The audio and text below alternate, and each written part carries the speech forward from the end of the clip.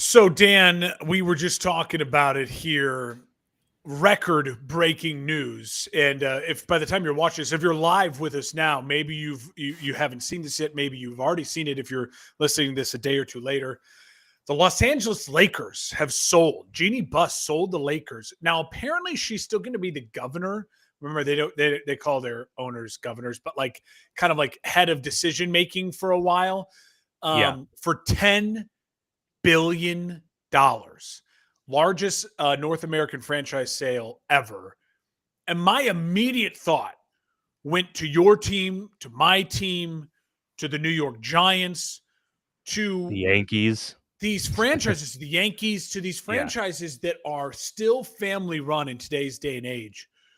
You are running out of time to make a sale like this because there are very few people on planet Earth that actually have $10 billion who I would even trust to like run your team.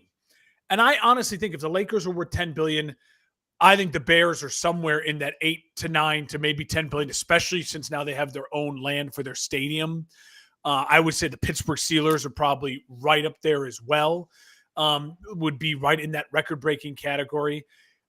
I know why I want my team to sell because my ownership has been piss poor with football decisions since the old man died and since they moved on from Ditka in the late 80s, early 90s. But Dan, I don't know, how do you feel about this? Are you someone who's actually itching maybe for the family to sell, or are you someone who's saying, you know what, I'm good here. I'll let's keep the family in this. I don't need some tech billionaire who just start meddling with the Pittsburgh Steelers because I'm ready for meddling. I'm ready for meddling. No, that's my initial thought is that I don't want somebody who can just come in and buy out a team outright. To do that unless they have, it'd have to be a unique case. I can't say that like across the board I wouldn't want it, but it would have to be somebody who is clearly been a lifelong fan that kind of knows the culture there and stuff like that. It's too hard to discern whether it's a money grab for a lot of people or just a pet project for ultra rich people who just got nothing better to do with their time than to just, wave their cash around and buy a team, kind of like David Tepper over here in the Carolinas. You don't want a situation like that.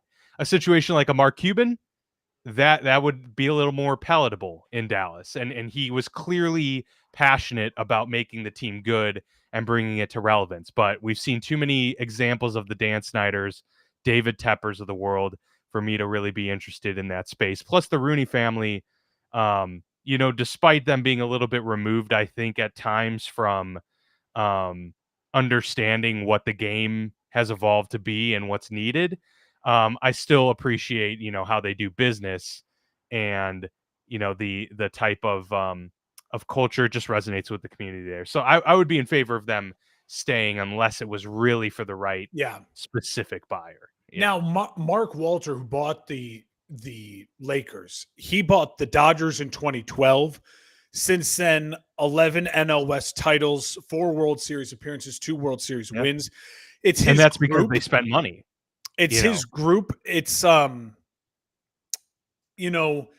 Celtics just sold for $6 billion last year. The Lakers now for 10. I think that's about right in this weird way. I know the Celtics, in every basketball sense are equal to the Lakers. Maybe you could argue slightly better. But I will say Walter is a person who seems like this is just now another feather in his cap. And I don't know how involved he's going to be, especially if Jeannie Buss is still, from all the reports, like still on to, kind of front man this as the position to kind of like run the day-to-day operation. Maybe Walter just sees her as like, hey, it's not her fault. She just needs extra capital. I'm willing to write those luxury tax checks or whatever it might be. And you keep running it. Because that's kind of the problem, right? Jeannie Buss, the reason I brought it up is because Jeannie Buss is running into the same issue that a lot of owners that are the family-owned ones. We're seeing this we're going to really see this with Mark Davis in the NFL coming up, is that, hey, I want a winning product, but I'm now trying to compete with billionaires who are just spending the luxury tax money And I don't have that capital to spend. Yes, I'm a billionaire, but my billions are not tied up in free cash. It's equity. It's like I'm worth this because I own this, but I don't actually have that $200 million in cash in the bank that they're going to charge me to just spend to do this. But these multi-billionaires, guys like him, do, and to them it's like spending a couple grand from anyone else like us on something. It's like, oh yeah, sure, we can make that work. Because I want to win. I see the investment. And Dan, the Florida Panthers just won the Stanley Cup. Four of Yeah, the last back to five back. Stanley Cup winners, the state of Florida. Paul Bissonnette said on part of my take, hockey analyst for TNT, co-host of Spit and Chicklets, Florida's got an advantage because of the no state tax, and they don't do the luxury tax on the player bonuses. He was explaining, he's like, don't be surprised if Florida Panthers actually are able to re-sign a bunch of these guys, because for even some of these Canadians, you'd have to pay them $11 million in Canada versus $7 million in America, in Florida. And it's the same amount of money they're actually bringing home. And they know that then they can be part of a winning franchise, because if they're taking up $11 million in cap in the NHL, that's like paying Brock Purdy $70 million. And so it's really interesting. So you got the taxes involved, winning in pro sports. When you're talking about these billionaires and the money they're spending, it's a lot more than just, hey, did they have the money? It's a lot of what state you're located in, and your tax brackets and all these different things. Happy for Lakers fans. I think that's cool that Genie's still involved. The Buss family is such a recognizable name, but we'll see. Maybe there'll be a big NFL sale coming up sooner rather than later. Yeah, you never know. I mean, look, we just saw actually the Kansas City legislation come through to help incentivize the Royals and Chiefs being proactive about it and saying, like, we're just going to do our due diligence here to ensure that you stay in the state.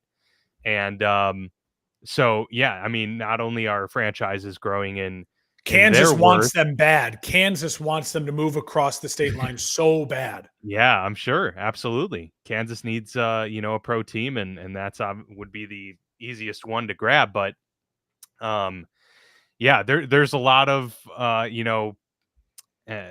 parts impacted by things like this, and at the end of the day, it's does the money talk? Is it the right price? And for the Buss family, this certainly can't argue with this going wrong. Like, what would the Cowboys get? Like, what would Jerry actually get? Yeah, I mean, the Cowboys would absolutely break that record, I would think. Yeah, I personally think there's a couple NFL teams that would be close to that 10 billion, but I truly think the Bears, now that they own their own lands for the stadium, I truly think your Pittsburgh Steelers, I think if Pittsburgh's too small of a market, though. I like the brand itself, yes, but the brand, but I don't think it would be worth what Chicago would be worth, and I don't think it'd be worth close to what the Cowboys would be worth. No, I think the Cowboys are in a league of their own. The league of their own. That the Steelers were like the 4th or 5th in the entire NFL, so they're not even like the top dog in the NFL, let alone in the sports landscape in terms of value. Well, the Bears are always in that top might be 5. Why they're run or how they're run. The Bears are always in that kind of floating around the top 5, and the one reason they say it is they don't own their own stadium. That's why they're not number 2 or number 3. And so with the perspective that you could, if you were rich enough and just build your own stadium like Kroenke did, that's what makes the Rams shoot up in value, right? Because you're just that stadium's just making money every single Jerry day. World and Jerry World too. I think the Cowboys realistically, would be 15 to they could push 18 billion. I think so at this point. I really do think, especially in Texas with those tax advantages and everything. Yeah, no question. In a major city, it's easy.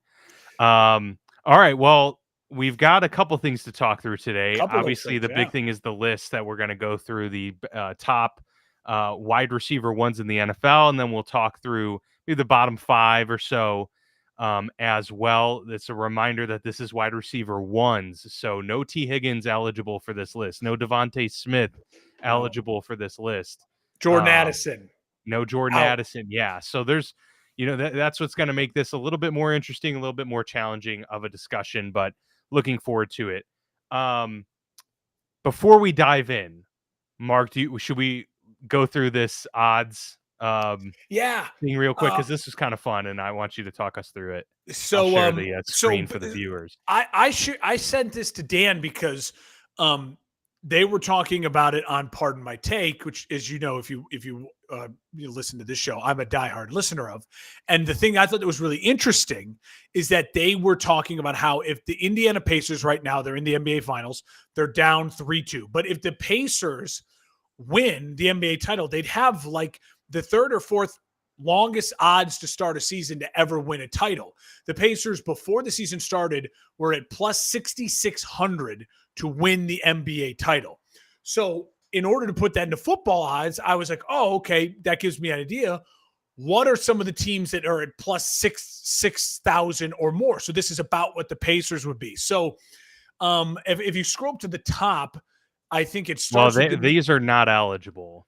well, plus 6,000. We'll let So those yeah, we'll let that's those fair. teams in. All right. So we'll say these are teams like, so this is Dan and I are going to kind of debate, and pick like, hey, this is the team I would bet on in this list to make a Pacers type run. But to give you an idea of it, that's like what the Pacers are doing right now. It's like saying, oh, the Jacksonville Jaguars or the Indianapolis Colts are in the Super Bowl.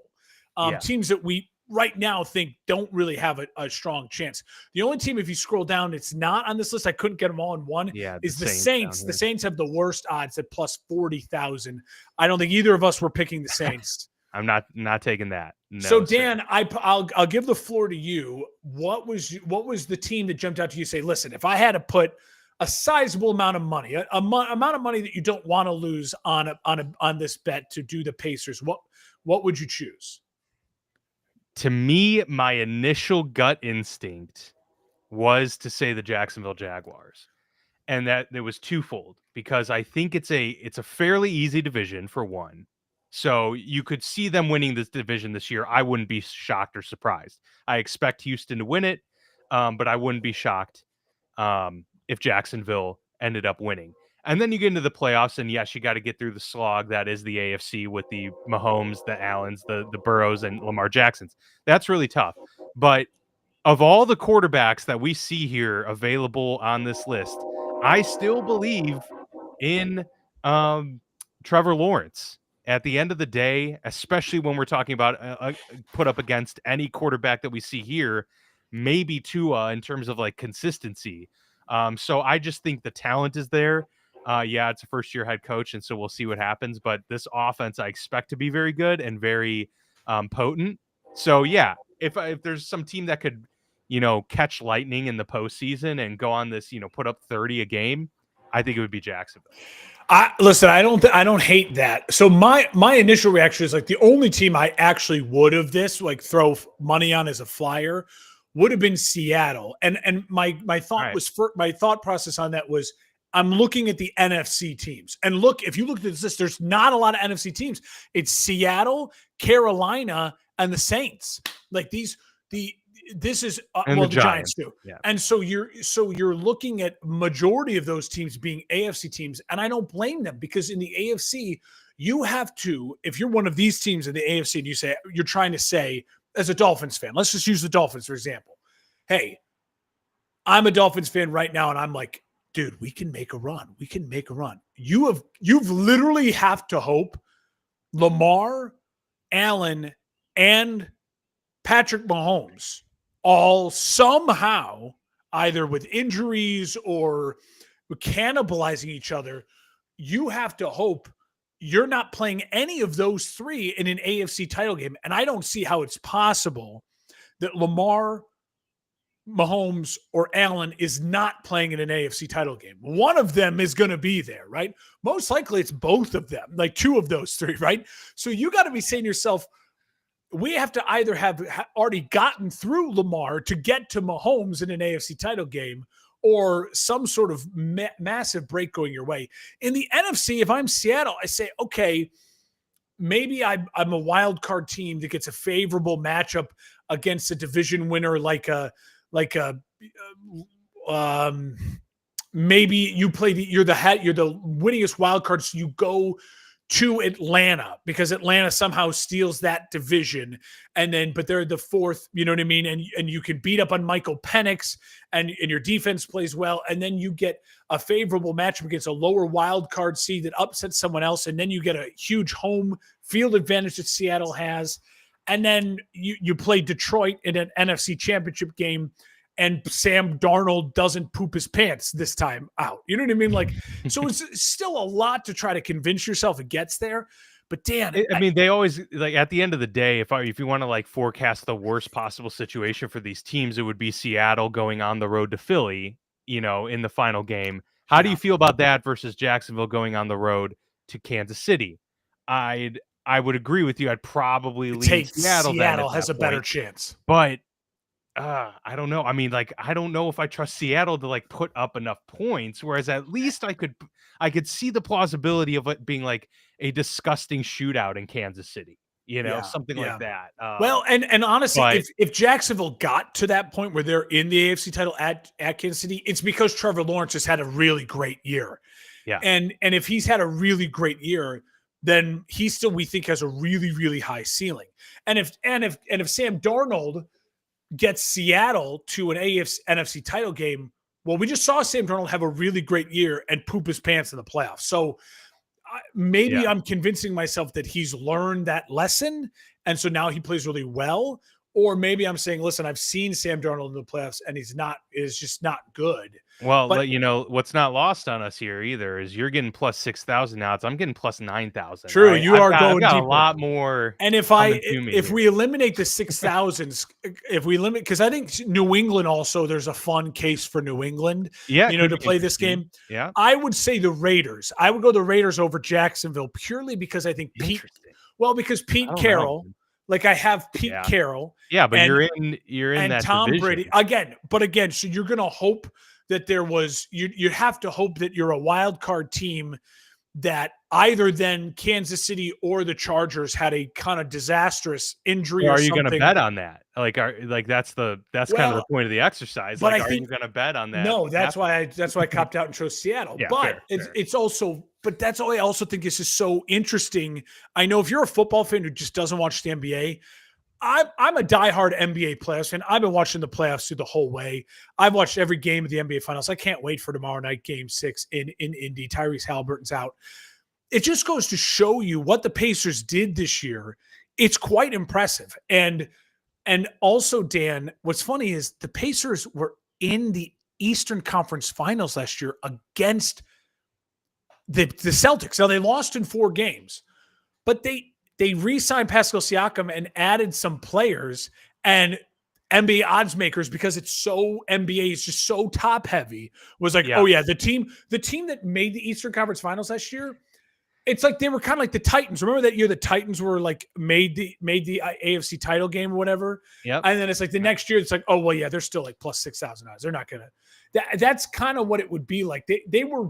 In my opinion, this is more a telling story, and the odds makers were being disrespectful to the Indiana Pacers. I mean, to put it even in like more direct perspective, currently, the Indiana Pacers, coming off of the conference final appearance, had the same odds going into the season as the New England Patriots do right now, coming off a disastrous, year where, yes, they found their quarterback and all of that, but like an awful year. Those two teams had relatively the same. New England has better odds. Yeah, but I also think so. I think there's two things in that. It's quick to turn around in football. You can quickly turn around in football. We've seen it. Series.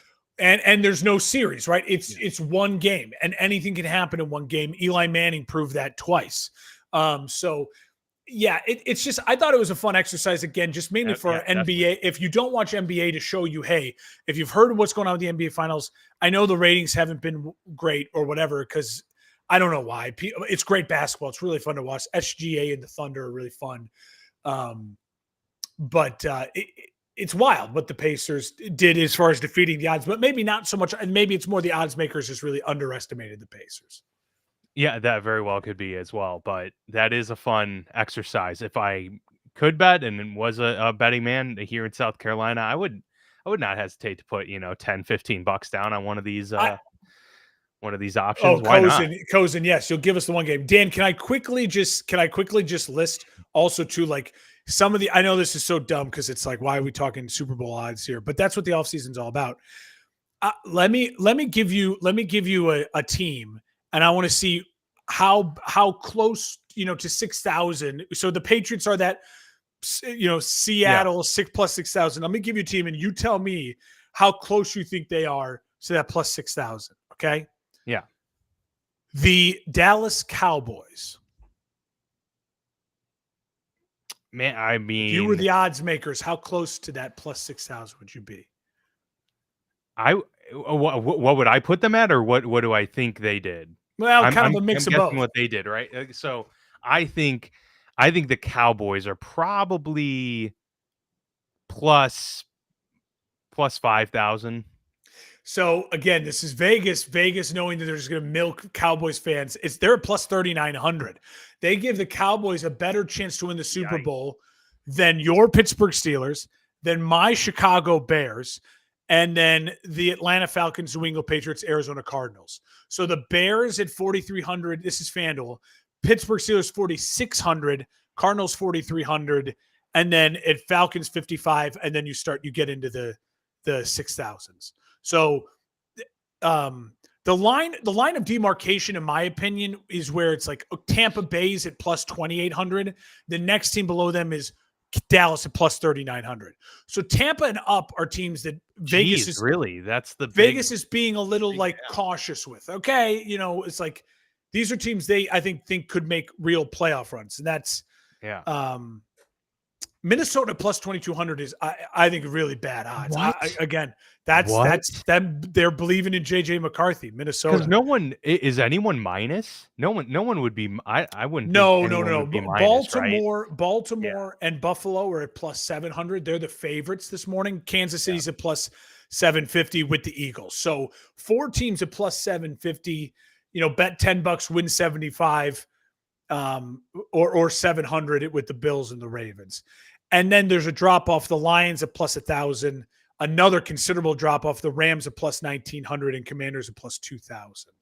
Which so Vegas It's hard to Vegas was predict set, Super Bowl, man. it is it Yeah. is. I mean, So there you case in go. point, we haven't had, um, a three-peat ever. You hardly ever have back-to-backs. Well, and Kansas So City it's has a chance to go back to do only what the Bills have ever done, is 4 straight Super Bowls. yeah. Yep.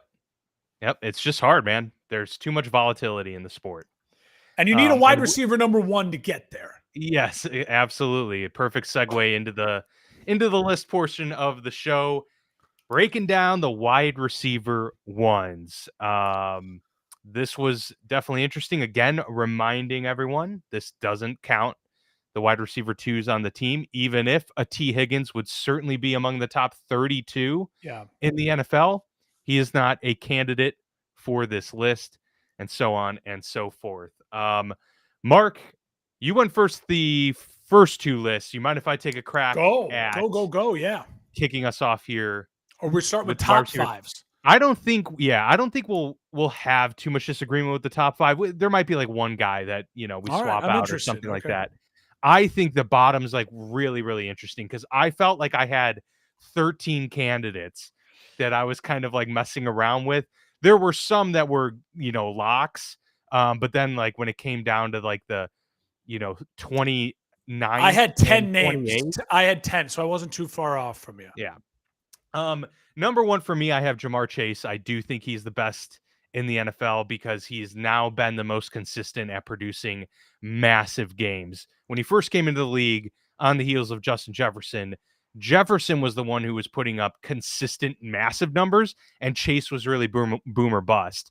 He has now become just boom, essentially, when he's healthy and on the field. I think he's the most dynamic wide receiver in the league.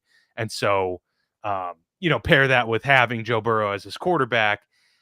To me, he's number one. JJ, though, still is number two in my mind, especially with what he's had at quarterback in his career. I still think Justin Jefferson's like the second most talented wide receiver in the NFL. definitely a more polished route runner, and his hands are crazy. So yeah, he comes in as an easy number 2 for me. Number 3, maybe this is where we divert. I don't know. I'll be interested to see. Amon-Ra St. Brown makes the list for me. Okay. Okay. And that's mainly because of his route running prowess. He's the best route runner in the league, I think. Um, and he has just been an incredible asset in multiple, like, he can play anywhere along the line of scrimmage, which I think is a really valuable asset. Whereas, Justin Jefferson and Chase are primarily the X receivers. Amon-Ra's that guy that can play from the slot, and he tends to dominate anywhere he goes. So I just like his versatility as a wide receiver, and that's why he gets the nod ahead of a guy like my number 4 guy, which is CeeDee Lamb. CeeDee Lamb, another big play threat, kind of reminds me of Justin Jefferson in a lot of ways because of the quarterback play. He hasn't had elite quarterback play in his time, yet still is able to dominate. I mean, we saw with Cooper Rush, um, absolutely making huge plays happen. Um, and despite not having that elite arm to kind of, help uh, get you over the hump in some regards. And CD2 last year, nearly having the 1,200 yards receiving, over 100 catches in that type of environment with all of the turmoil that they endured. I thought that's something that's really special and deserving of that spot. And then 5 for me to round things out is Puka Nacua. Dude is something Ooh. else. To be able to beat out instantly Cooper Kupp, who I know has now since regressed, um, to me says a lot about who this guy is and the player he is. He's a scrappy, better version of like what Deebo Samuel brought for so many years to the 49ers. I just like, and maybe it's because I wanted to really get this like well-rounded list of receivers. So that might have influenced a little bit. I know not having AJ Brown on here would probably be a big point of contention for many. But I also do think AJ Brown is a little bit limited. This isn't to say that he's not a good wide receiver. I'd probably put him at like 6 or 7. But I do just think that his overall tree, he's like, 90% of his plays seem to come from the go ball, and that's where I just think that there are some limitations there when it comes to some of these other players. So that's my top 5. Yeah, listen, I think you and I again we're pretty lockstep here. I did have Justin Okay. Jefferson at 1, and it's Okay. 1. 1A, It's 1B. not even 1A, 1B. It was so splitting hairs. And the only reason I give Justin Jefferson the slight nod is I do worry about Jamar Chase's injuries a little bit. I think Jamar Chase to me is probably the most talented. I think he's the most talented wide receiver. But I think as far as a wide receiver number 1 goes, Justin Jefferson's demeanor, his consistency, his ability to do it with Availability. availability. He had 2 years ago, yeah, he missed 6 games, but even then still cut over 1,000 yards. His ability to um, work with multiple different quarterbacks. I know that he works with different quarterbacks. I don't know that Jamar Chase doesn't. I would assume Jamar Chase does. I don't know that he does. And I also think it's going to be to me, there's just like my first list, I had Jamar Chase. My second list, I had Justin Jefferson. And the third time I did it, I stuck with Justin Jefferson. So I'm sticking with it. There's just if you told me I could have either one, You're I happy mean, with either one. yeah, I mean, it's so hard. So they're 1 and 2, and I'm not going to fight anyone for going the other way because I'm fighting myself, right? As you can tell right now. Number 3 for me, I do differ, but again, it's a 1 spot different. I have CD at 3 and I have Amon-Ra at 4. And again, I'm the biggest Amon-Ra fan in the world. The only reason I put CD ahead is because CD doing it in Dallas as the only weapon for the last 2 years offensively. Yeah. And with Dak and the injuries that Dak went up and down and the different quarterbacks they played, He's special. And CD reminds me a little bit of just the skill set of like Randy Moss that no one else in the league truly has right now, where you're just like, it's so easy. His speed is smooth. It's not labored. He's tall, he's long. He catches massive big plays all the time.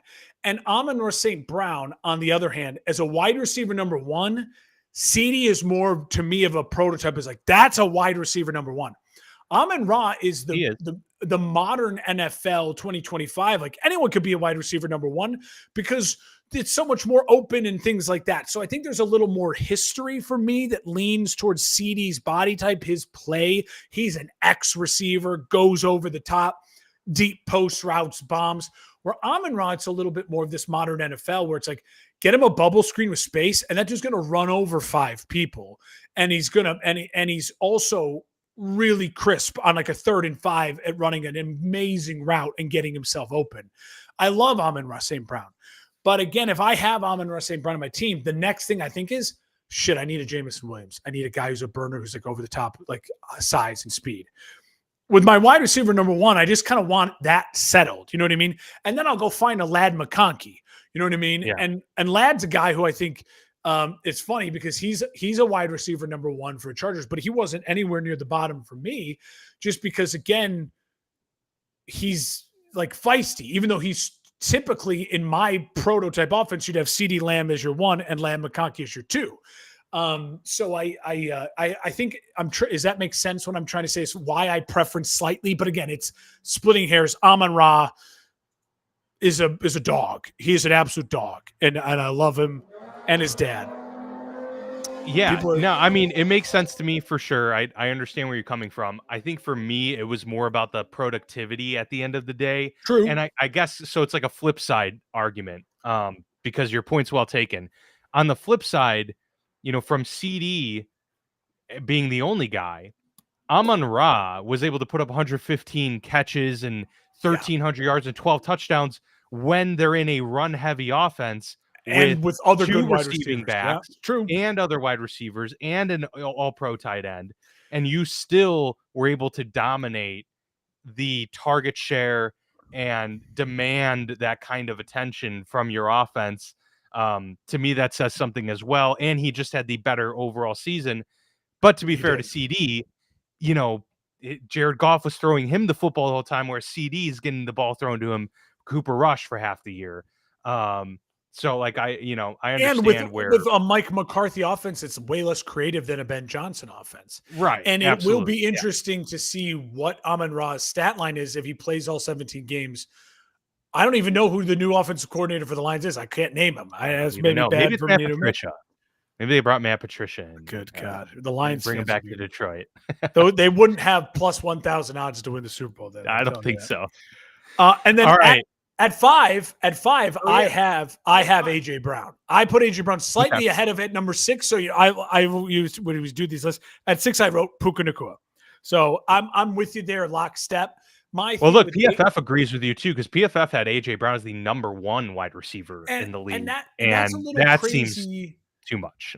I think just because purely, and again, if this was 15 years ago, yeah, absolutely, AJ Brown is the prototype number 1 guy.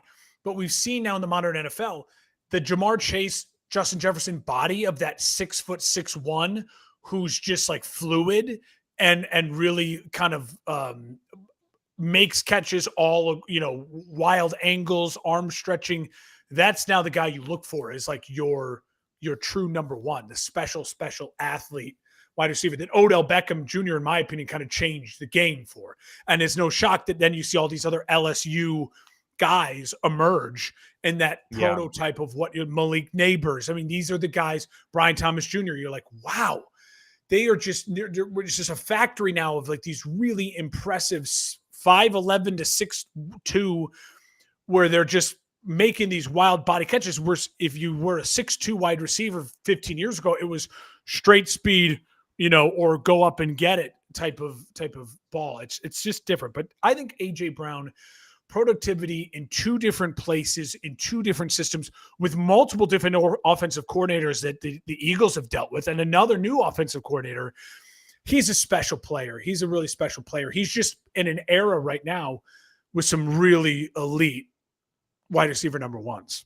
I would also then include the next other names in that list for me with Puka were Neighbors, Thomas Jr. I know they were only rookies, but they were just so impressive. And then DJ Moore, I think you have to consider him as a guy. He's Amon-Ra St. Brown light. Like he is, if you love Amon-Ra St. Brown, you can't tell me you don't love DJ Moore then too. Yeah, no, DJ Moore is great. They're both fantastic players. So yeah, no, I agree with you on that front. All right, should we go to the bottom of the wide receiver one pool? So I will say really quick before we jump into this. Yeah. What was interesting for me, again, as you go through lists of, if you just search lists of the best wide receivers, by number 10, you're going to start seeing some wide receiver number twos. There are some teams that have elite wide receiver cores, ones and twos. There are wide receiver number twos all across this league that I will say to you right now, I would take over all 5 of the guys, the names I'm looking at right now as, if he could be my number 1, I'm taking him over these guys. And also, just because your wide receiver 1 is weak does not mean you have a weak receiving core. Does that make sense? Because some of these teams have a tight end who's an absolute stud. And so you say to yourself, okay, well, overall as a wide receiver core, it's not the worst in the league. But Dan, if you want to lead us off, I'm excited to see where you're going with this. Yeah. All right, let's do it. So for me, and it pains me to say this, because I actually really like this player a lot. And I'm interested. Was a big fan going into the year because I thought he was going to have like a really big year, and it just kind of underwhelmed. And for me, I'm going to Buffalo with Khalil Shakir as the worst wide receiver 1 in the NFL. And based on your reaction, I'm guessing he may not even be in your bottom 5 at all. He's just not a wide receiver 1. Like that, to me, that's just at the end of the day, he's not that guy. And he's a very capable, shifty slot guy that can get you like a nice 3rd down catch. But look, in an offense that threw the ball a ton, that was, that gives you every opportunity to break through, 4 touchdowns in that offense, 800 yards, like that's not doing it for me, man. Especially when they needed wide receiver production. They were starved for it. So to me, that signals other things beyond just, his positioning on the team itself. I just don't think that they view him as the wide receiver 1 on that team. I just don't know who is the wide receiver 1 on that team otherwise. So assuming he is, that's where I put him. Okay. Now I kind of want to go for this bottom. Can we just go pick for pick? Can I give my 5 now? Sure. I think this is just because now I think this is really interesting because I think there's going to have some real debate here. Now I'm fascinated to see where this goes. So my number 5 is Jacoby Myers, Las Vegas Raiders. Okay. And my thing with Jacoby Myers is in New England last year, a fine season, like a fine season. But if you're telling me right now, Shakir or Jacoby Myers is like my guy, at least I feel like with Shakir, I have someone who had pop. And there was moments with Josh Allen where like, and I agree with you. He's not what you want as your wide receiver number 1 prototype. But if I'm lining up and selling my fan base, don't worry, guys. We got Jacoby Myers as our number 1 guy. I'm not loving that as much as be like, hey, Shakir is 6 foot 190, little undersized, little spindly, but he's kind of a dog and he's a no nonsense, no drama guy. He doesn't, unlike Jacoby Myers, never had like drama surrounding him and his lack of production. I think there's just a vibes that I prefer. I will say Shakir, I'll get to him, but I'm just saying, like, as far as that's where my mind went for bottom of the list is Jacoby Myers. Gotcha. Yeah, I think Jacoby Myers is a decent NFL player. I think he saw a little bit of a resurgence when he was able to move out of, New England and get that, fresh start. But, at the end of the day, he's not, among the top tier remotely. He belongs towards the bottom of this list. And I have him in my bottom 5. Okay, all right, But okay. I don't have him as I would take Jacoby Myers over Khalil Shakir. All right, okay, For sure. okay. So To you're me at 4. 31, and I don't think this 31. person will be here at the end of next season. But I need to see a lot more from Xavier Legette. Because Okay. right now, the production was poor last year. Granted, you play for Carolina. I get it. And I think he's certainly talented, but he is a guy that's, had his, drop issues. We've already got some health concerns. So I just need to see more. He's definitely got talent. There's a little bit of volatility there. But look, when I was thinking of the other guys on this list, they've just kind of put more out there on the field to be judged. And I kind of just trust their hands a little bit more at this stage. But, he's a player I'm keeping my eye on for sure.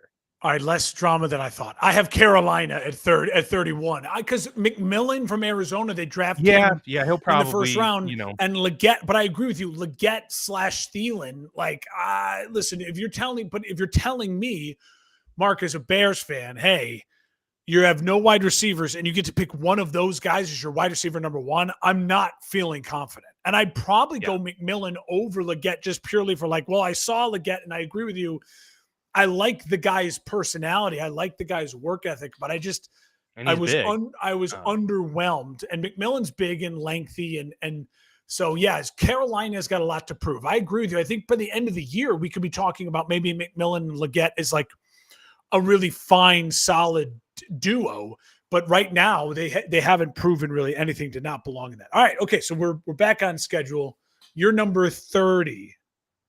Yeah, my number 30 is Jacoby Myers. So we get there with Jacoby, not too far down for many of the reasons you stated. I do think he's been a little bit underrated throughout his career. Should he be the guy on a team? No, but he'd be a really, really good number 2, like a really solid number 2 wide receiver in this league. And so I think he's been also, in unfortunate circumstances where he hasn't really been given the necessary teammates or position to succeed. Yeah, I'm with you.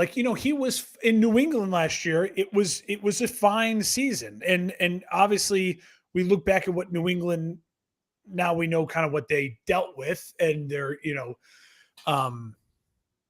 struggles with the coaching staff offensively and a rookie quarterback. And so he was fine, but I agree with you. I just there's nothing about him that sells confidence to my. Wait, was he with, no, I don't think he was with New England last year.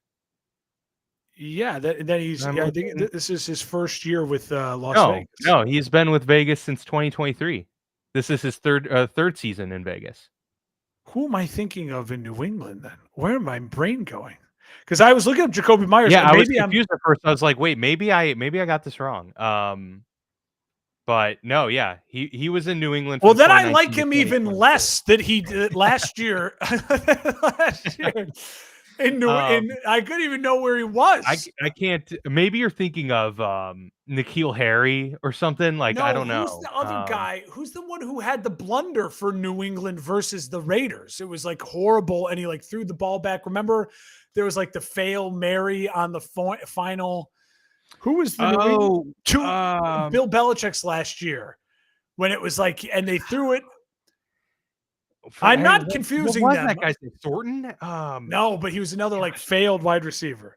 Yeah, I couldn't tell you. Okay, so anyway, we're back. We digress. We don't like Jacoby Myers as a wide receiver number 1. It's not great. I'm gonna go another. It's a little bit cheating, but again, I just don't know the name. I would say is Jaden Reed, but I'm gonna go the Green Bay Packers for me at 30. Now, again, you're just going to say, look at all the shit behind you, Mark. You're just a hater. I don't think this is too much of a hater pick at 30. Maybe it's a spot or two too low, but when you look at the depth chart right now for the wide receiver room for the Green Bay Packers, they have Jaden Reed as the wide receiver 1 with Matthew Golden and Romeo Dobbs as the other starters, and then Christian Watkins with, of course, a questionable by him because he's never healthy. Yeah. Christian Watson is the prototype guy who like, that's our one. That's a CeeDee Lamb-esque type player. Cannot stay healthy. And it's forced the Packers into this weird kind of like they have like Dobbs and Reed are very similar players. Wicks is very similar to them. And now you add Matthew Golden in, who's a guy I think is a fine player, but I wouldn't say he's a wide receiver one. He's not who I'd feel confident drafting as a wide receiver. No, now maybe he develops. And again, I'm going to say something nice about Green Bay. I'll give them the benefit of the doubt. I think going into this year, they know Christian Watson is not wide receiver number one anymore. So they're not trying to make that happen. One of these guys and Jordan Love may emerge. And by the end of the season, I might be saying, listen, maybe it's Reed, maybe it's Wicks, maybe it's Dobbs, maybe it's Golden. One of these guys might have 1,200 yards, 9 touchdowns on 100 receptions. Like, all right, that's the guy. He's developed. I don't know if he'll still be a top 10 wide receiver, but he might bring this out of here. So I will just say, in my opinion, I think the Packers belong in this bottom 5. There's a lot of talent there, but there's no one who I'd feel confident saying that's your wide receiver number one going into the season, feeling great about that person leading my wide receiver room.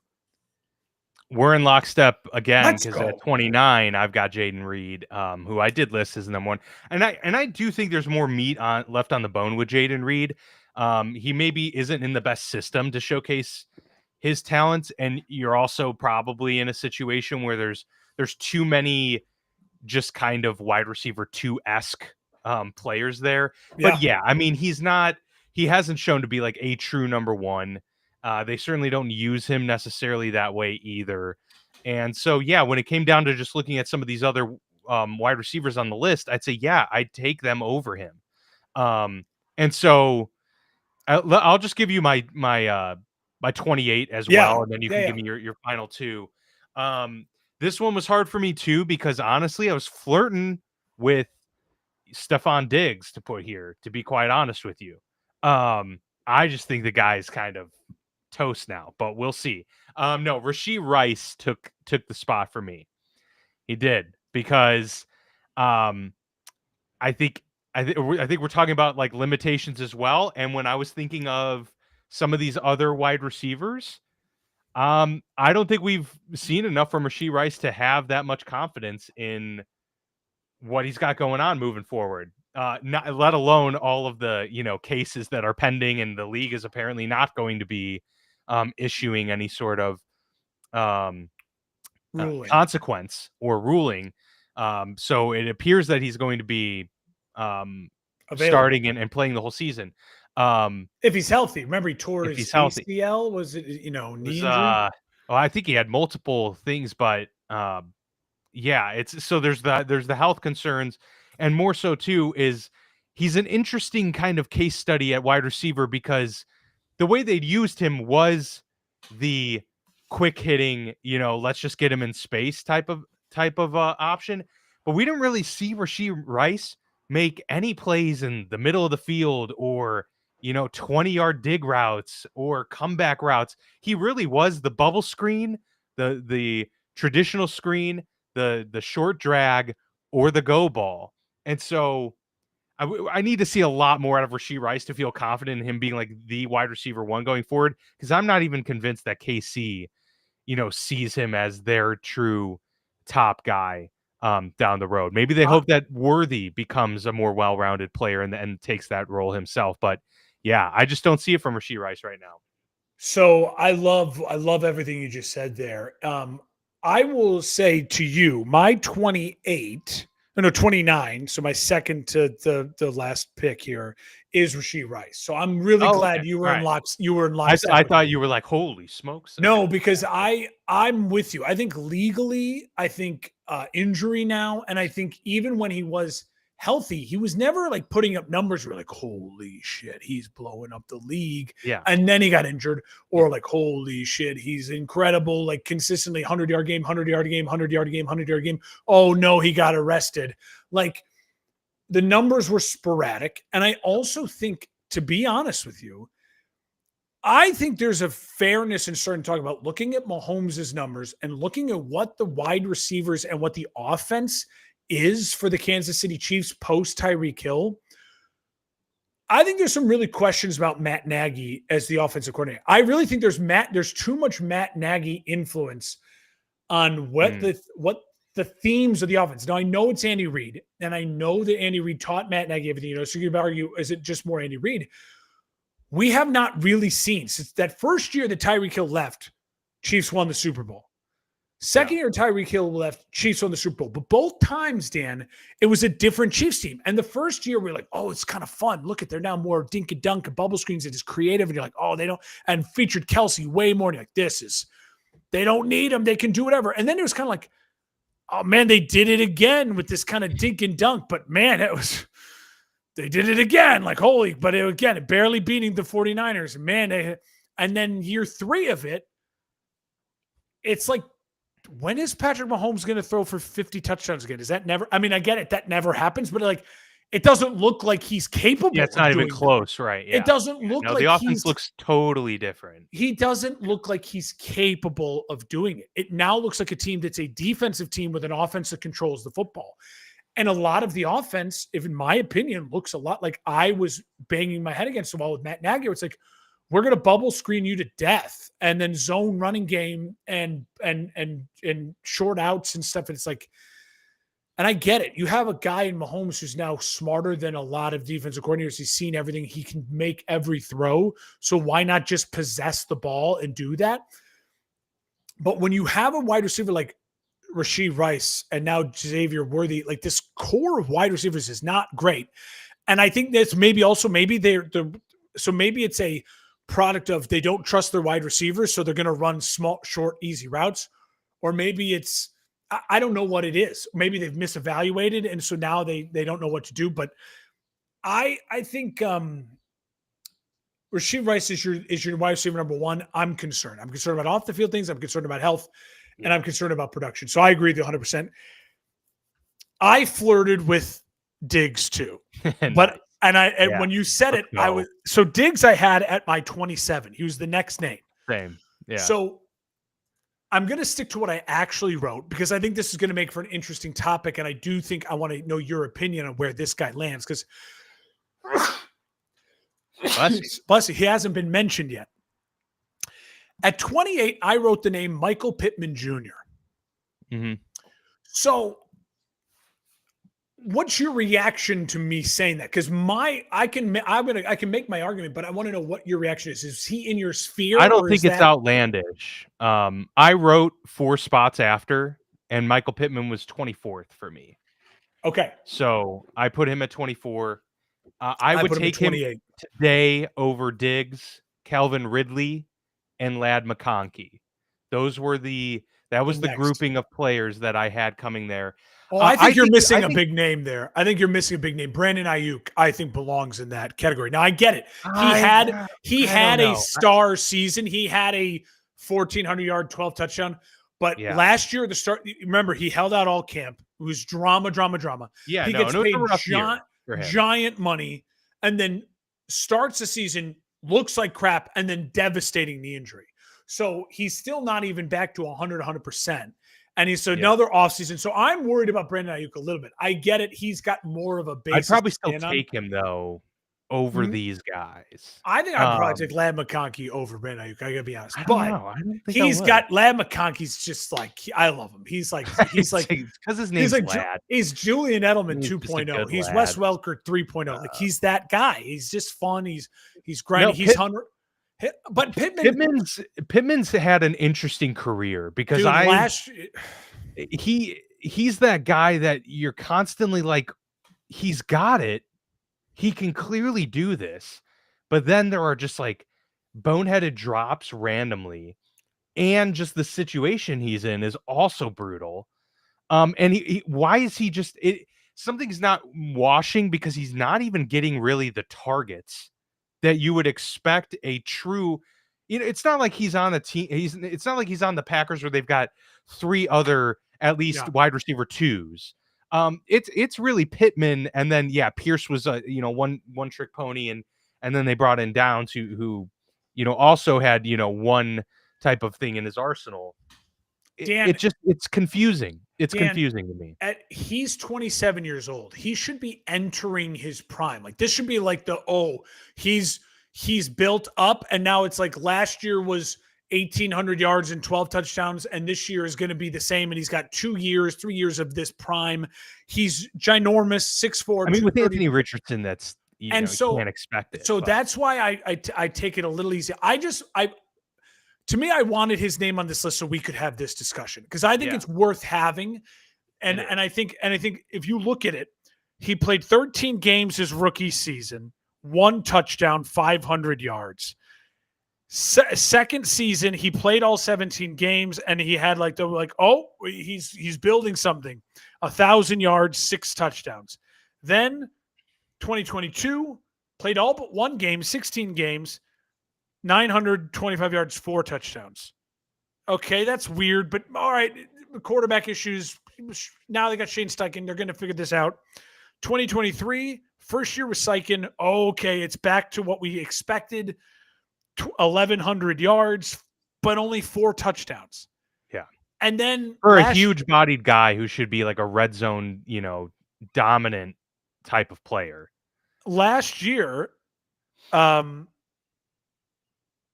16 games, 800 yards, and 3 touchdowns. Yeah. And I get it. Quarterback play is an issue. But I'm also like, there's nothing there that I'm like, dude, I bet on him. Like, I'm going to bet on him. It's kind of got like Michael Crabtree type vibes. Yeah, we're like this. Where it's how is this not working? Yeah. I know how you're a big body dude, but like you have like 2 seasons really that were, I know how I screwed up Jacoby Myers, by the way, because on the ESPN, like when you look at their thing, the top season is actually their first season. And in my head, I'm like in my head, it like Whatever. makes sense. We know you don't know football, dude. We know that I'm just now realizing it. But yeah, I think it's an interesting discussion. The other names for me at 27, so Diggs, and then I had Shakir. I'm with you there. I would put Calvin Ridley in this discussion, and then Brandon Ayuk. And then if you want to start, and then if you want to say Ladd McConkey, he belongs in that low 20s where it's like, he's not a typical wide receiver number 1. You hope they can develop a true wide receiver 1 because he'd be an elite slot wide receiver number 2. Yeah, absolutely. No, I definitely agree. No, it's a fun exercise. I like these because it does. You got to try and like really kind of dig into the aspects of the game that you're not often analyzing, which is who are the like the good players, but they're not entering that tier of their contemporaries anytime soon. And I think and I certainly think that when you look at wide receiver cores as a whole, if you include tight ends and then your top 3 wide receivers, this list gets really tough then to say who's a bottom 5 receiving core, because everyone's got at least to do, because you say, well, look at the Raiders. You guys both had Jacoby Myers. Yeah, but they got Brock Bowers. Like, that dude's a dude. And so it's like, are they a bottom 5 receiving core with Brock Bowers? I mean, if Jacoby Myers basically becomes your wide receiver number 2, because Brock Bowers is your pass catcher 1, like, then I'm like, all right, it's doable. So there's and at the top of the list, I'd argue the top 3 wide receiver duos: Justin Jefferson, Jordan Addison, Jamar Chase, T. Higgins, CeeDee Lamb, and now George Pickens, all in that discussion to be in the top 3. And AJ Brown, Devontae Smith would probably be in that discussion right there at 3 as well. But it's fun, very interesting stuff. But this now is the kind of the dead point of this. It might be probably the most dead point, actually, if you think about the Rams are in Hawaii. That's how dead it is. The Rams are like, let's go to Hawaii. Did you see that? There's like that weird. No, why are they in Hawaii? They're doing mini camp in Hawaii. Interesting. Okay. Well, I think it's Sean McVay's literally just like to get away. It's like, hey, dude, you come to mini camp. Why? We're going to be in Hawaii. Oh, fuck yeah, that's sick. Yeah. Because mini camp's more just about getting the guys together, doing some install stuff, anyways. And Yeah. it's like connection Puka Nakua. I think there's some things they're doing down there with him and his and stuffs too. So, but again, clever, right? As opposed to just the Bears reporting to Hallis Hall. It's like, oh, Right, go right. no Yeah, why. mix it up a little bit. That's Yeah, kind why of not? cool. I dig it. But yeah, so it'll be 2 weeks really before teams get into training camp, and then we, obviously we're off and running from that point on. But we'll obviously keep updated with the news. Looks like Shadur Sanders has the need for speed, so Yeah. we'll dive into that. Driving 100 miles an hour. I didn't even know that was possible in Cleveland. I've never been there, but Oh, it's apparently possible. apparently it's possible. Um, yeah, so we'll keep our eyes peeled for any of that and other developing news throughout the week. But until next week, we are off. We'll see you again sometime soon, talking more lists, most likely on the next episode here of the Football Lounge with Mark and Dan. As always, you can find us at FB Lounge Pod for fantasysakeqc.com with all the other shows here as well. And be sure to go there for more information on our Toys for Tots League. Sign up. You can take on Mark and myself and help raise some money for a great charity. So we'll see y'all next time.